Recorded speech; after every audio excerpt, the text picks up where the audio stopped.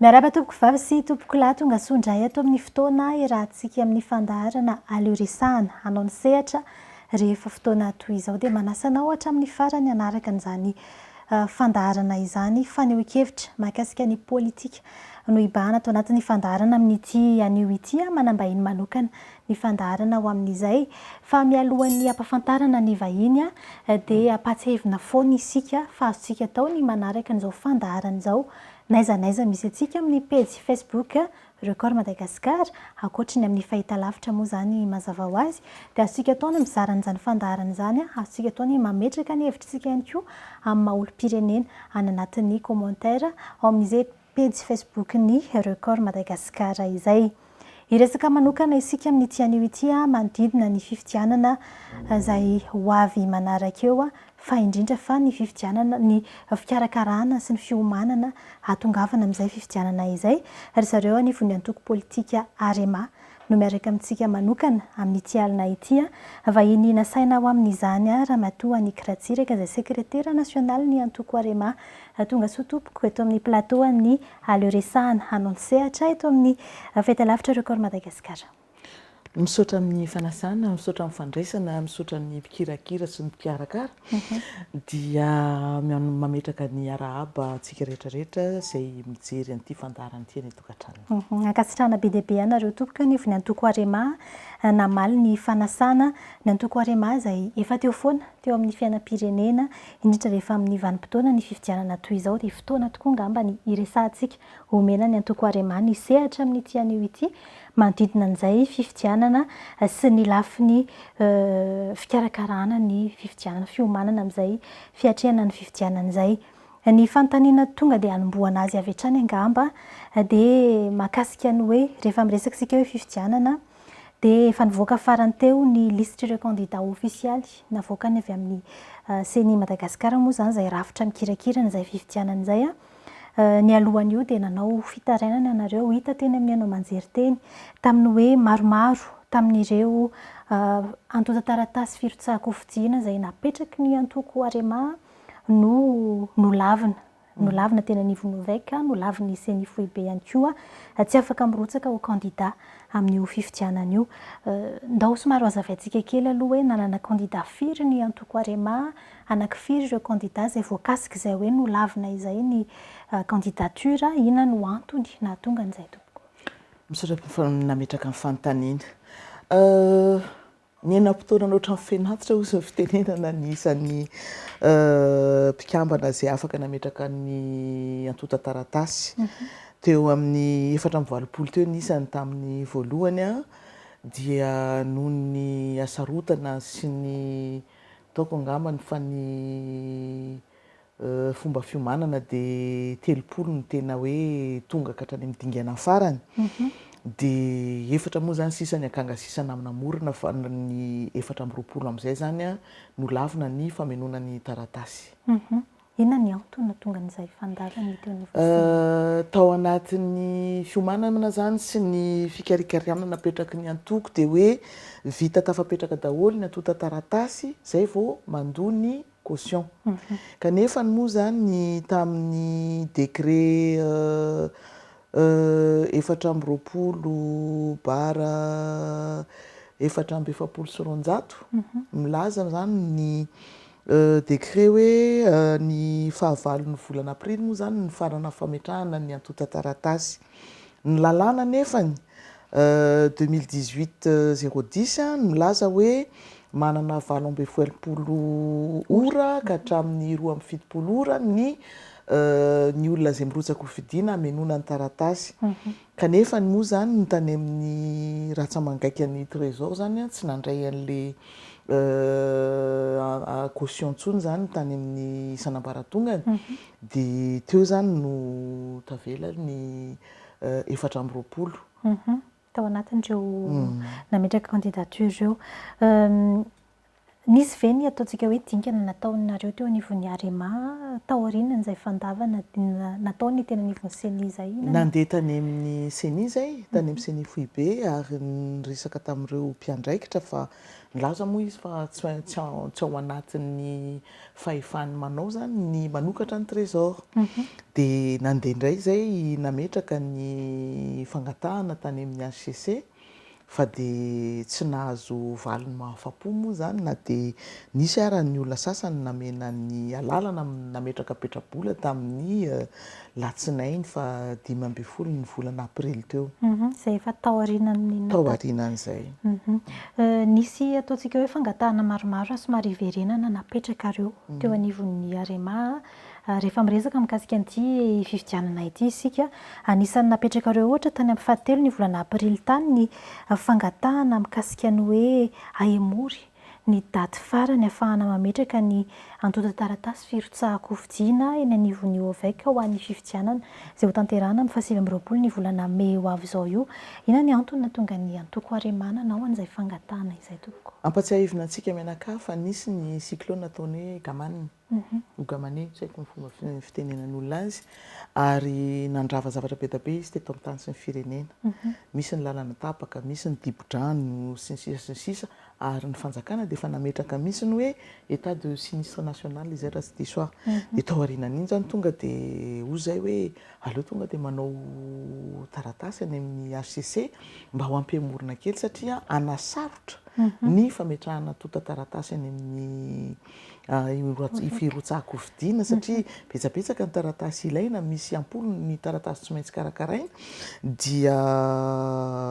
tsy nahazo rariny moa zany zay tamin'io fa dia nirosy tamin'ilay vanim-potoana izay efa voafehin'ilay décret 2024-244. Izany hoe mety ho tafiditra ihany koa tao anatin'ilay hoe antony nahatonga ireo 420 tany am-piandohana tsy nahafen'ny taratasy ve izay? Mety tafiditra tao anatin'izay mihitsy satria betsaka ny olona raha mirotsaka ho fidiana ohatra Agnès Diego fa teraka avy any Tuléar. Ny fiampitana amin'izay somary sarosarotra indrindra ka nisy faritany sasany tonga ray alina ny litre gasoil dia nijanona mihitsy ny taxi brousse donc tsy nisy intsony ny fifamoivoizana dia sahirana moa zany tena hoe nangitakitaka natahotra mihitsy ny sasany tao anatiny hoe tsy ho vita ilay taratasy so fa nisy ihany ny fanekena hoe ny pièce justificative ohatrany hoe alefa aloha ny mail dia rehefa avy eo zay vao alefa le tena izy fa naty zany tsy zany raha tena ataoko hoe tena 110 mètres ozy ny fitenenana fanaovana anazy tena hazakazaka sady betsaka ny obstacle zany tao anatin'izay zavatra izay. Raha somary iverenantsika kely ny tena amin'ny trésor teo satria tany zany no tena fototry ny olana ho an'ireo le candidat 420 izay nolaviny Seni izay ny antota taratasy firotsahako fidiana. Rehefa nolaviny Seni izy ireny dia nisy ihany koa ataontsika hoe fangatahanareo teo anivon'ny Arema teny amin'ny HCC na ny fitsarana avy malala-pandrenana mikasika ny tokony andraisana an'ireo fanampina dossier ireo. Nisy antony manokana ve mety heverinareo hoe tsy naharaisana HCC na tsy nasiana valiny na afa-po an'izay fangatahanareo? Tsy anjarako ny mitsara ny HCC donc matoa izy au conseiller ao anatin'io androm-panjakana rafi-pitsarana ambony indrindra manerana Madagasikara dia ataoko angamba fa manana fahalalana momba ny lalàna ihany izy fa na zany ara ny izay dia manontany tena hoe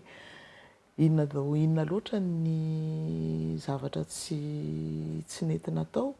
satria raha ny fahalalanay azy zany hoe mila fanazavana angamba ny bebe kokoa avy amin'ny zareo mahay lalàna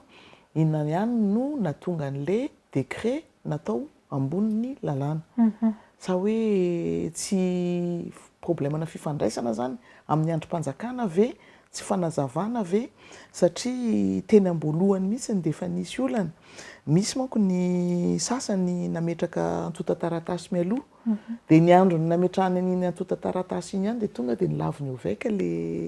le taratasy nefa mbola tsy tonga tamin'ny fahavalon'ny volana aprily io a dia eo moa zany mitenenana hoe mila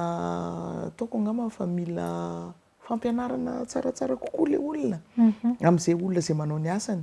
Misy koa ny ataoko hoe conflit d'intérêt amin'ny sasany hoe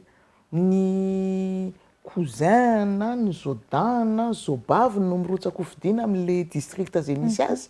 dia tonga dia zay mety ho ataoko hoe candidat mampatahotra fa tsy ny rehetrarehetra manko ny laviny fa zay hoe ty mety hinana nanjara gataoko ty dia atao zay tsy mahavanona le firotsahako hofidiana. Nisy ny zavatra ohatran'ireny ary isaorana ihany koa ny seni satria nisy koa ny sakana zay mety ho hita teo amin'ny fanomezana an'le 211 bis. Candidat anankiray moa zany ny tena niaran'le izy fa ny sasany koa mety nila sandra zay vao tafahoatran'iny dingana anankiray iny fa tonga dia nanao taratasy tany amin'ny seni zay dia nantsony seni zany le chef de centre dia nekeny le izy satria olona mpandrarà manana taratasy manana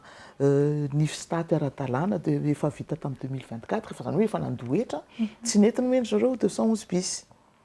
dia eo amin'ny lafiny 211 bis koa moa zany misy ny toerana sasany roa alina sy telo hetsy ny angatahany amin'ny impôt synthétique ny sasany kosa dia efatra alina ny sasany enina alina ny ankoatran'izay moa zany zay tsy niteny moa zany dia tsy fantatro fa eo moa zany tokony misy ny fanazavana sy ny ataoko angamba fa fifampifehezana ihany koa mba tokony atao marim-potitra le izy na izy 2.3 alina na izy enina alina raha tsy hoe nisy sazy tampoka angamba ny tao anatiny tao hoe inona ny antony kanefa ny fampetraka ny hoe impôt synthétique ny aloha rehefa ohatran'ireny ka eo koa moa zany misy koa le mahagaga ny mpianatra ankizy mpianatra mbola tsy miasa nangatana 2 alina sy 3 hetsy nefa tsy misy tsony ny hetrisan-day eto Madagasikara. Ny tantsaha za tsy miteny hoe mahantra ny tantsaha fa ny tantsaha sasany moa zany fantatra ihany hoe arakaraka ny fotoam-pambolena no fidiram-bola dia ahoana ny tokony andoavany an'le impôt synthétique dia atao mitovy tantana daholo ny rehetrarehetra na manana na tsy manana dia ohatran'ny lasa ségrégation par l'argent ozy ny fomba fitenenany. Zay indrindra ny tonga dia ho tohizantsika amin'izay mahakasika an'izay verenantsika ihany le mahakasika ny seni teo rehefa avy eo fa anisany mahakasika an'iny mihitsy ny ataontsika hoe fangatahana ihany koa napetrakareo teo anivon'ny Arema mahakasika ny tokony hanafoanana n'ilay décret 424 tsipika 424 mamaritra indrindra izy iny ny antobola na ny caution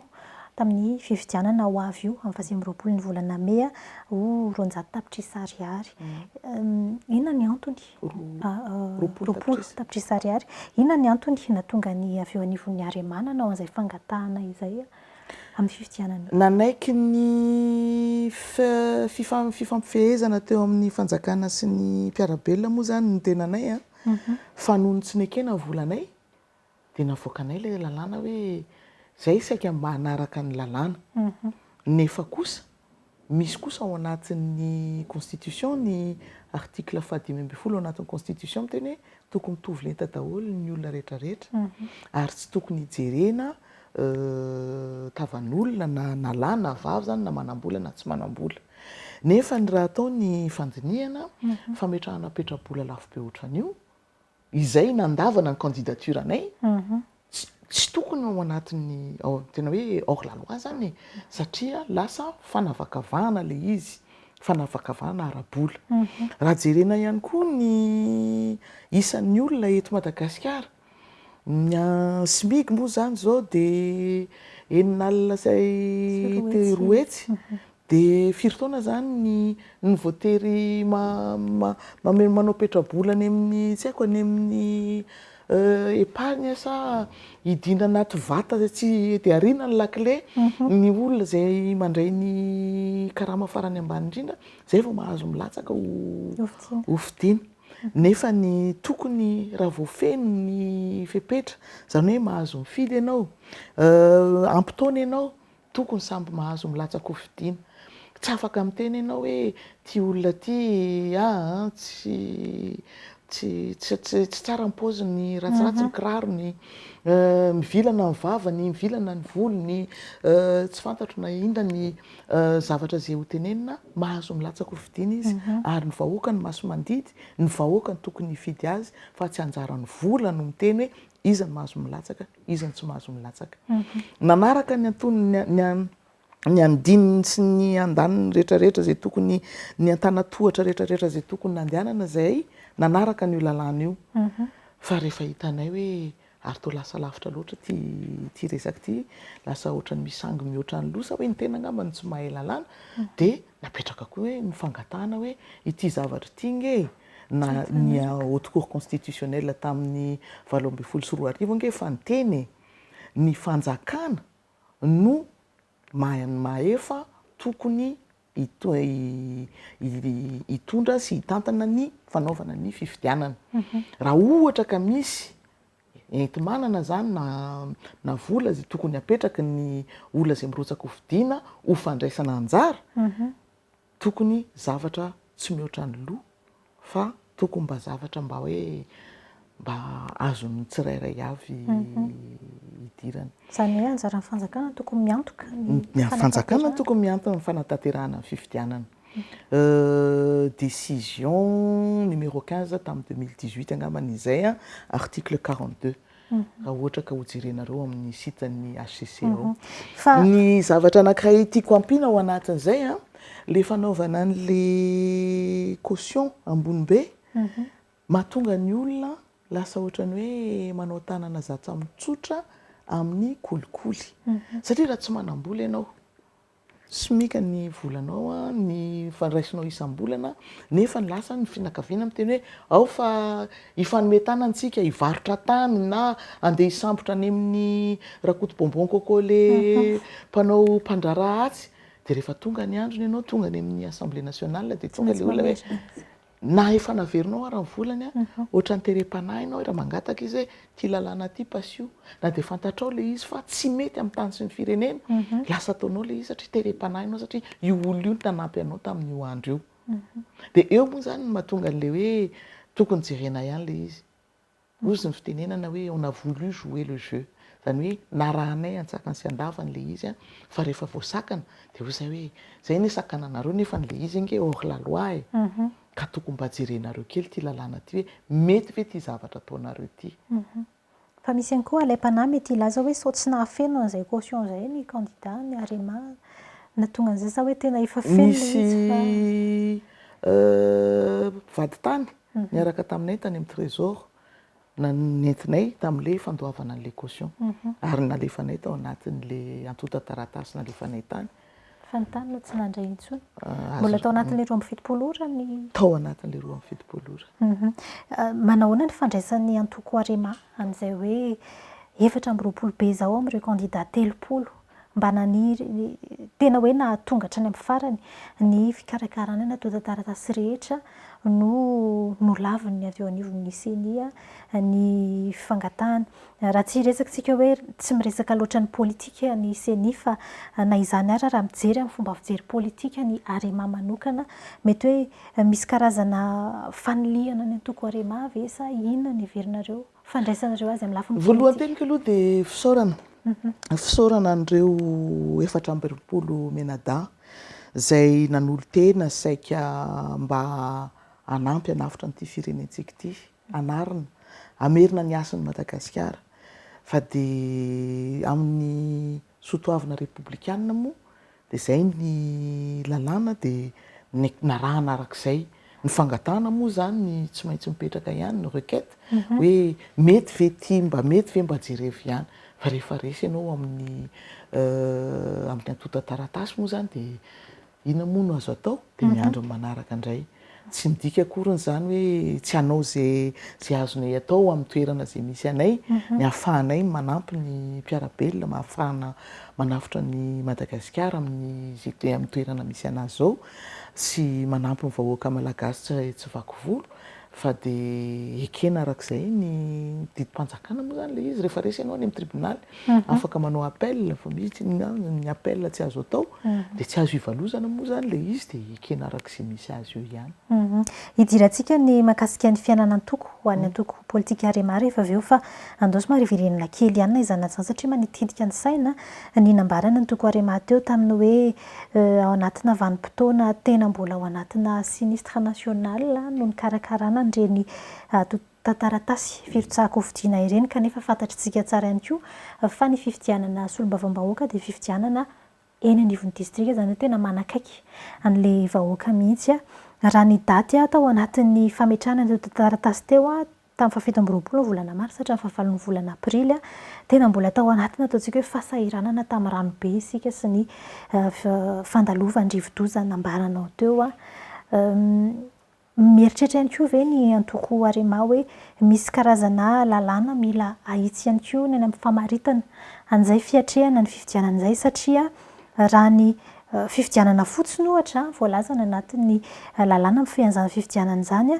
dia tokony any amin'ny faraika amin'ny telopolo ny volana May any vao manomboka manatanteraka ny fifidianana isika hatrany amin'ny faran'ny volana Novambra. Ny fikarakarana rehetra nefa izay ataontsika hoe tena herin'ilay fifidianana dia mbola aty alohan'izay daty izay izany ao anatina fotoanan'ny orana mihitsy ianareo ve anisan'ilay miombon-kevitra ny amin'ny hoe tokony ho kitihana izay lalàna mahakasika ny fiomanana amin'ny fiatrehana fifidianana izay. Le tokony kitihana sa tsy tokony kitihana le lalàna ny tena marina anie le lalàna efa misy fa tsy arahana zavatra tenen'le lalàna. Le lalàna miteny hoe ny fifidianana dia tokony atao du 31 mai au début novembre izy iny sa fin novembre. Nefany atao le fifidianana amin'ny fotoana zay mitapahana zany teo amin'ny androm-panjakana. Fifidianana koa zay atao fifidianana solombavam-bahoaka atao ao anatin'ny session parlementaire dia eo moa zany no tokony mipetraka le fanontaniana hoe ahoana marina izy ity sao dia tokony aroso na emotra le datin'le fifidianana ahemotra moa zany ny tena izy raha ohatra ka hanaraka ny lalàna antsika ahemotra ao aorianany 31 ny fametrahana ny antota-taratasy fa tsy hoe ao anatin'ny oranandro ianao no ao anatin'ny cyclone ianao no mametraka ny antota-taratasy sy manao ny taratasy eo ataonao. Eo koa moa zany ny lalana, eo koa moa zany ny délestage. Zay moa zany ny teraka tany Diego manao taratasy misy taratasy sasany mila natao tany Tamatavy dia sady tratra ny délestage maty ny jiro tao Tamatavy tsisy taratasy afaka mivoaka tsy misy imprimante afaka mandeha tsinitsina. Misy moa zany ny sasany any amina district ohatra ny district zay saiky latsahako ho candidat tsy misy fitsarana ao dia voatery na ianao any Tamatavy na ianao any Vatomandry dia ao anatin'izay nefa ny Vatomandry manora 520 kilometatra anatin'ny adiny 5 ianao manao an'io. Eo zany le misy zavatra be raha ohatra ka avy ny orana dia mihoatra an'izay. Eo zany no tokony misy fifampijerevana ihany sy fifampitsinjovana hoe raha ohatra ka ao anatin'ny zany miteny zavatra hitako zany tamin'ny teo fa fantatro loatra ny fijalian'ny sasany ohatra le candidat-nay tany Andapa zay miantso dia menimenina hoe tena sahirana zay aty manao an'le dossier satria tsisy taxi brosy mandeha mihitsy ahafahana mamita an'le taratasy ary efa nitepitepy fa misaotra an'Andriamanitra fa vita ihany le izy. Ny anankiray indray le tao Ambilobe amin'le lalana tapaka izy tsy voatery hoe olona milatsaka Ambilobe teraka tao Ambilobe monina Ambilobe fa misy ihany ny taratasy antota-taratasy mety ho alaina ny toeran-kafa dia io moa zany ny fanomezan-tanana dia misaotra n'ireo olona zay mitondra na mpanamory zany na ny taxi brosy zay anafahana namita an'le antota-taratasy. Hiditra amin'ny fiainan'ny antoko Arema isika miomana amin'ny fifidianana ianareo antom-pisian'ny antoko raha teo izay hoe miatrika ny fifidianana izay raha ohatra ka ataontsika hoe bango-tokana ny fiainan'ny antoko Arema amin'izao fotoana izao inona ny anasokajianao azy antoko tena mbola mijoro amin'ny antoko azy ve zany antoko Arema zany manahoana ny fiatrehana ny fiainam-pirenena amin'izao fotoana izao tompoko? Ara-taratasy aloha zay mijoro amin'ny antoko anay satria amin'ity herinandro ity zay tsy maintsy mametraka ny antota taratasy any amin'ny ministera amin'ny fanamarinana amin'ny ino moa déclaration d'existence moa zany le fitenenana anazy tsy maintsy apetraka alohan'ny volana aprily isan-taona ary io a efa nataonay tao anatin'ny 27 taona 27 taona ny antoko Arema zao raha ohatra ka olona izy efa afaka milatsaka président fa ao anatin'izay moa zany nisy ny fotoana nangingina ny Arema tsy satria izy tsy nisy fa satria moa zany nisy ny ankaterena de nisy koa ny zavatra nisedraina de sarotra ny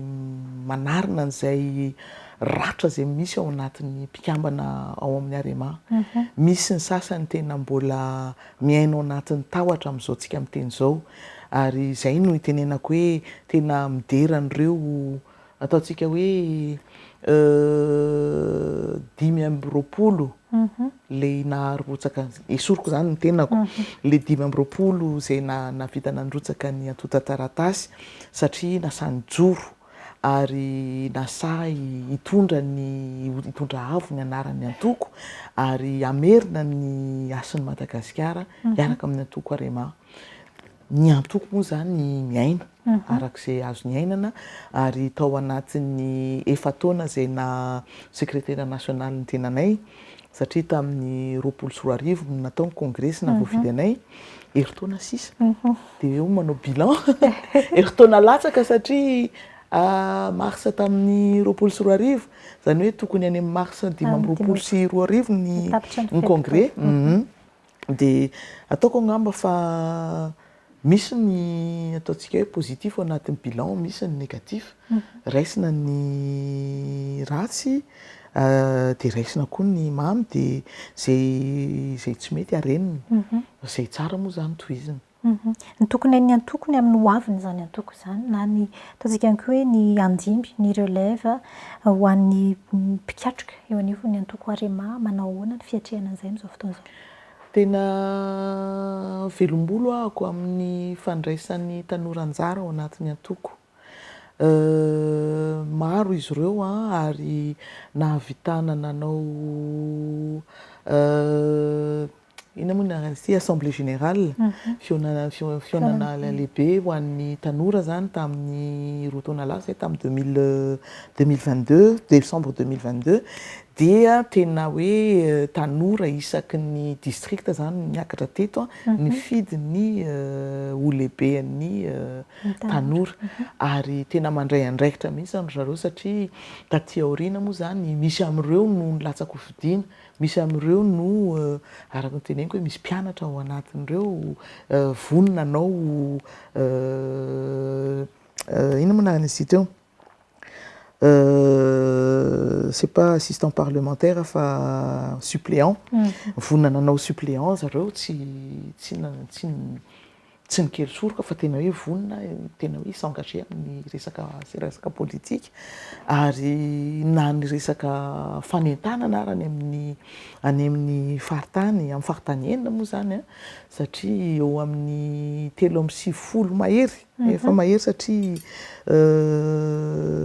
ho an'ny Menabe zao manja sisany mbola tsy nandolovanay satria nisy volana amin'ny resaka programme tokony nandalo tany zay de tsy vita fa betabe ny 3 ao anatin'ny 20 moa zany zao ny isan'ny district fa betsabetsaka ihany nandalovana ary ireo tanora ireo de manetsika ary mavitrika ao anatin'ny antoko de ataoko angamba fa isan'ny ataoko hoe raha ohatra ka hoe fary ny antoko de isan'ny zavatra mamy zany ny hitanay ao anatin'ny antoko hoe misy zany ny tanora vonona andimby ary mbola mametraka zay hoe raha ohatra ka ilaina de vonona zay ampiofana amin'ny zavatra zay tediaviny zareo na ara-politika zany na arakasa zany antoko Arema zany ataontsika hoe tena nametraka diatanana goavana ary mbola mametraka ny fisiny eo amin'ny fiainam-pirenena amin'izao fotoana izao ny fahitan'ny antoko ny fomba fanao politika eto Madagasikara amin'izao fotoana izao efa tafiditra ao anatin'ny hoe rivotra amintsika mitsoka amin'ny lafiny politika mantsy ny ataontsika hoe olana rehetra natrehana ao anatin'izay fiatrehana ny fifidianana izay miazakazaka makany amin'ny fampelezan-kevitra tsika ny pré-campagne amin'izao fotoan'izao efa mandeha miteraka ady-hevitra maro ny hoe ilay fomba fanao politika hitaizana ny vahoaka malagasy mihitsy rehefa miresaka an'izay politika izay isika manoloana ny hoe tsy tena foto-kevitra intsony no hiady-kevitra eto amin'ny firenena fa lasa any amin'ny fizarazarana zavatra na ohatran'izay ny atao hoe fampelezan-kevitra ny fahitany Antoko Arema izay fomba fanao politika eto amin'ny firenena izay sy ny hoentiny Antoko Arema ihany koa amin'izay hoe hitaizana ny malagasy ho amina fanaovana politika izay. Tantara anankiroa no entiko maneho ny hevitra. Ny voalohany moa zany tamin'izay nanomana fifidianana député tamin'ny 4 tamin'izany androany misy olona zany mandefa CV zany aty hoe ty za hirotsaka ho fidiana amin'ny Arema dia novakiko le CV dia soratra hoe profession politicien. Tsisy an'izany hoe profession politicien zany satria ny politicien normalement fanaovana politika tsy zavatra hoe tokony fampidiram-bola. Politika hoy zany ny anaran'izay zany hoe mampiditra posy zany fa tsy hoe ihany. Zay ny zavatra voalohany. Zavatra faharoa, zavatra nitantarain'ny papanay tamin'ny fotoan'androny. Misy olona zany te hanao politika. Tsy teny hoe inona ny zavatra ny tena tediaviny sa tonga dia teneniko hoe za ozy izy antsovy président tsy tena hoe iza le président satria nisy nofanesesy teo. Antsovy ozy izy président ozy izy fa za ozy izy anao ministre amin'izay ozy izy fa efa lava zay ozy izy ny traversée du désert zay fa za mba hihinana amin'izay. Saika torany papanay. Za hoe nitenenany an'izany. Ahoana ny fandraisan'ny olona le fanaovana politika. Ny fanaovana politika raha ohatra hoe le teny hoe politika misy ny raisina hoe polisy zany hoe fikarakarana ny tanàna, fikarakarana ny vahoaka. Fa tsy raisin'ny olona ohatran'izany intsony le izy. Fa ny vahoaka indray lasa atao fitaovana. Rehefa tonga fifidianana dia ty ray alina, ty dimy hetsy, ty ray tapitrisa, ty ray lavitrisa, ty zao. Ahafahana ho voafidy. Nefa ny ao anatin'ny 10 taona dia adino ny fisian'ilay vahoaka. Adino tanteraka ny zavatra ilain'ilay vahoaka. Mody jiresahana izy hoe inona ny tediavinareo, mila lalana aminareo, aza taitra nareo fa vita lalana io anatin'ny 90 taona. Mila inona nareo, mila électricité nareo, aza taitra nareo fa tsy maintsy mahazo raha fidio fa za tsy maintsy mahazo électricité nareo, fidio fa tsy maintsy vita io lalana io, fidio fa tsy maintsy misakafo nareo. Mihinana ataontsika hoe inona, mihinana gâteau nareo isan'andro, ataovan'izao. Mandeha le lainga tsara lahatry ny le politicianina, mizarazara t-shirt, mizarazara baolina, mizara tsy haiko inona intsony, koveta, savony, PPN, tsy fantatra intsony dia anatin'ny 10 taona izy tsy hita. Tonga nay le fotoana fifidianana, indray sy ny koveta sy ny baolina sy ny t-shirt sy ny dia manahirana le izy. Kanefa ny politika tsy zany. Dia le olona zany lasa mitezaina ara-bola. Lasa plutocratie Madagasikara. Ny vola ny mandidy sy manjaka. Zay no nahatonga anay hoe tamin'ny voalohany zany zay hoe eny ataon'olona tsy manam-bola tsika fa aleo tsy menimenina amin'ity 20 tapitrisa ity. Fa rehefa tonga ny fotoana dia aleo tena hoe sanga mihoatra ny loha. Ahazo rariny ve sa tsy ahazo rariny? Mety tsy ahazo rariny fa aleo fantatr'olona ny zavatra misy. Misy ny lalàna. Misy ny fepetra izay miteny hoe tokony mitovy tantana daholo ny olona rehetrarehetra eo amin'ny fifidianana. Ary tokony samy mahazo milatsaka daholo izay tokony hilatsaka. Tsy midika akorin'izany hoe tokony tsy hisy ny fandraisana anjara, fa le fandraisana anjara tokony mba misy marimaritra iraisana ihany, tokony mandeha amin'le ahavon'le niveau de vie izay misy eto Madagasikara amin'izao. Mety mbola ho azo harenina ve izay fomba fanao politika efa nitaizana ny vahoaka tao anatin'ny fotoana maromaro izay? Tsy maintsy atao izay anarenana azy. Tsy maintsy atao na ahoana fa tsy azo apetraka hoe tsy azo avela amin'izao dia izay zany ny firenena ho apetrakantsika ho amin'ny taranaka sy faramandimby. Tsy mety zany. Dia izay ny zavatra hoe mba ataoko hoe isan'ny fampiofanana ataonay amin'ny ankizy. Hoe ny hevitra ny tokony hampiadiana, ny programma ny tokony hampiadiana, fa tsy ny vola ny tokony atao miteny. Ary izay dia miteny mihitsy ny hoe raha ohatra ka hoe ny zavatra tediavinareo dia ny hahazo ray alina, le olona mampanantana anareo hoe ao anatin'ny herintaona nareo mahazo ray alina isan'andro mandritra ny 5 taona no fidiny ary tandemo tsy manao tonga dia tapahana ny loha somary masitsika kanefa atao hoe zay mihitsy le ka zay nge le izy satria vahoaka ho any masy mandidy ka zay ny tena hoe amerimberenana isaky n'izay toerana zay nandehanana zany dia mamerina foana zay hoe jereo ny anaranareo anatin'ny lisitra jereo ny anaranareo hoe afaka mifidy marina ve nareo satria miaina isan-taona miaina isaky misy fifidianana miaina ny tahan'ny olona zay mandray anjara amin'ny fifidianana ny isan'ny olona zay vao misoratra anarana efa tsy any amin'ny tokony ho izy raha ny tena izy zany efa eo amin'ny telopolo tapitrisa atsika eto Madagasikara efa manantanina an'izay zany hoe 5 tapitrisa zany ny olona tokony ao anatin'izy mpifidianana nefa ny aizitsika zao 2 tapitrisa mahery aiza nakaiza le 4 tapitrisa any amin'ny fandraisana anjara ihany koa aza mbola latsaka be ny any amin'ny fandraisana anjara dia mbola latsaka nefa ny avy eo mimenimeny tsy tianay io fa ianona indray voafidy ianona ny voafidy nareo ny tsy mitsangana tsy mijoro ary ndana maneho hevitra eto amin'ny firenena iresaka fampandrosoana ny firenena isika ny fahitany antoko arima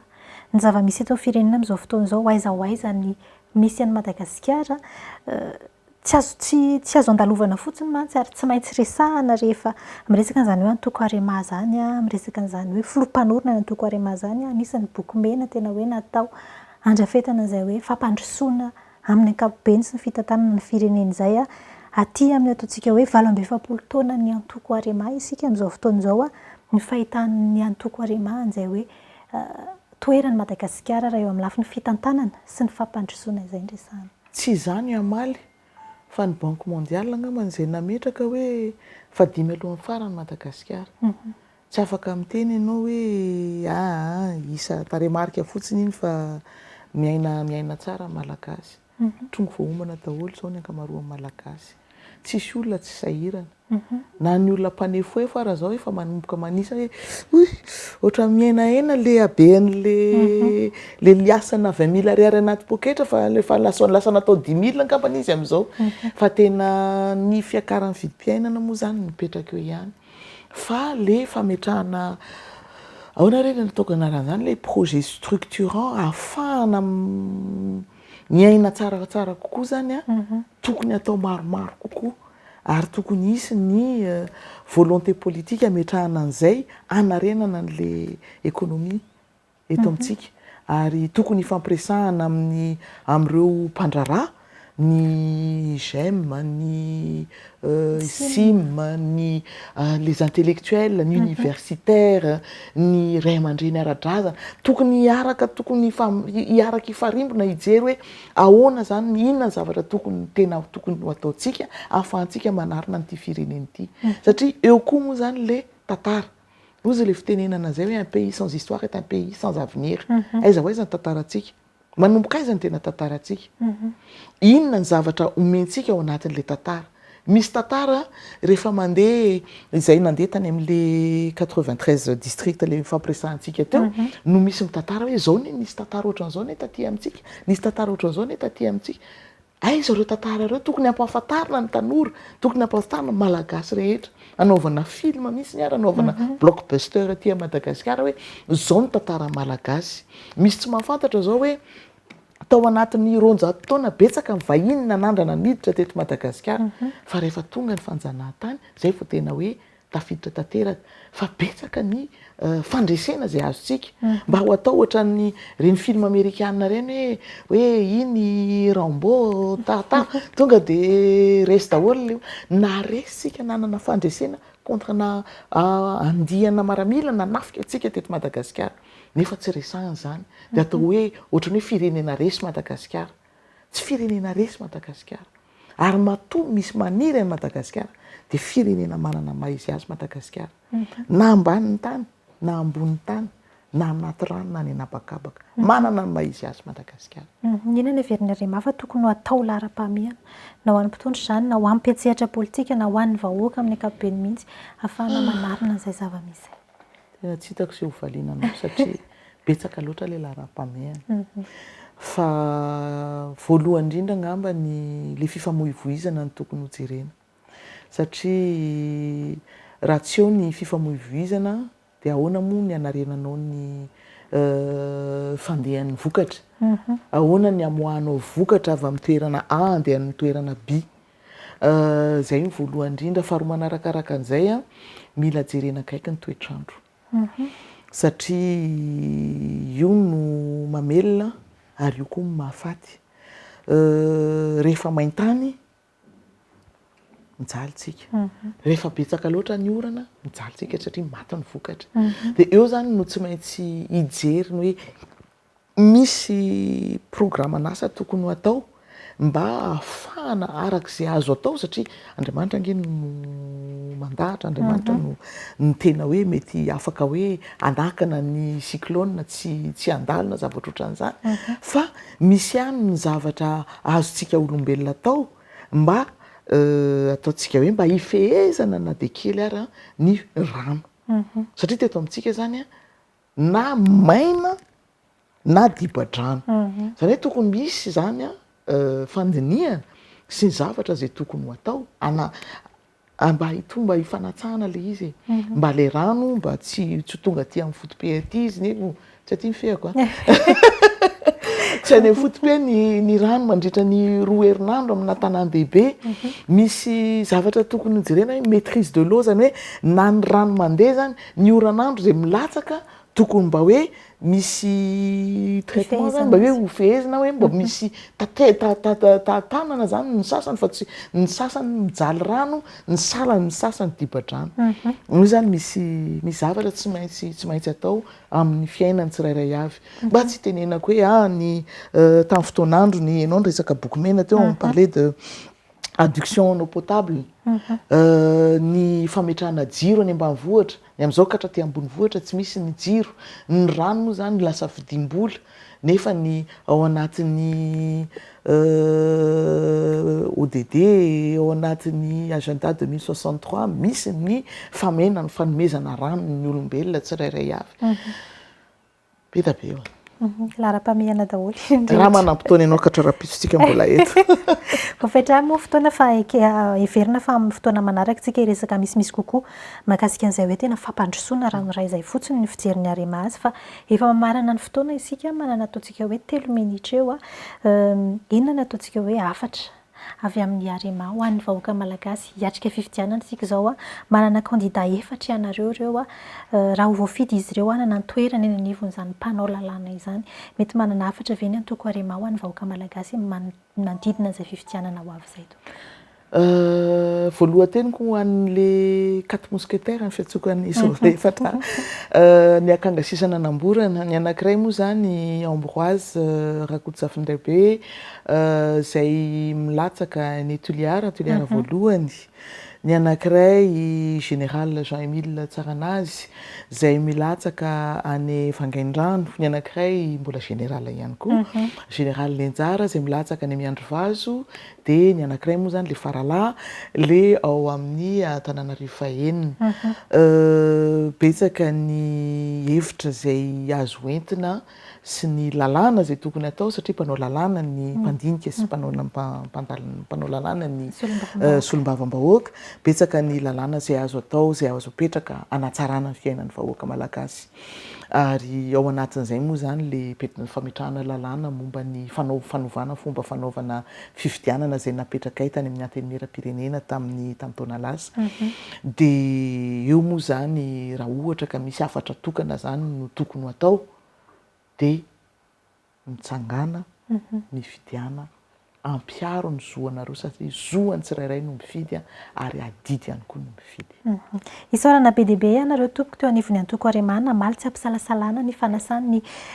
fandarana le risana anao sehatra teto amin'ny record Madagasikara tamin'ny ity anio ity tena votoatin-dresaka moa izay resaka fiomanana tamin'ny fifidianana izay nitondra sosokevitra maromaro ihany koa ny antoko teo mahakasika ny fiainam-pirenena sy ny fiainana antoko amin'ny ankapobeny ankasitrahana be dehibe izy ireo raha matoa Anika Ratsiraka izay nanaiky ny vahiny teto amin'ny fandaharana aloresahana anao sehatra ampatevina antsika rehetra ihany koa fa dia misokatra ho an'ny rehetra izay maniry aneo hevitra eto amin'ny firenena izay fandaharana aloresahana anao sehatra izay manantena fa mbola hiverina eto ny antoko ary amin'ny fotoana manaraka. Raha mbola misy manasa dia tonga izay misaotra anareo, misaotra ny zareo izay mijery an'izao fandaharana izao naharitra ka hatramin'ny farany dia mandrapiresaka mandrapitava. Izay ihany koa no tena mametraka ny veloma ho amin'ny manaraka indray atao anatin'ny fandaharana aloresahana. Azonareo atao manaraka an'izao fandaharana izao amin'ny page Facebook Record Madagascar dia mametraka ny veloma mandrapitafa ho amin'ny manaraka indray. Veloma tompoko.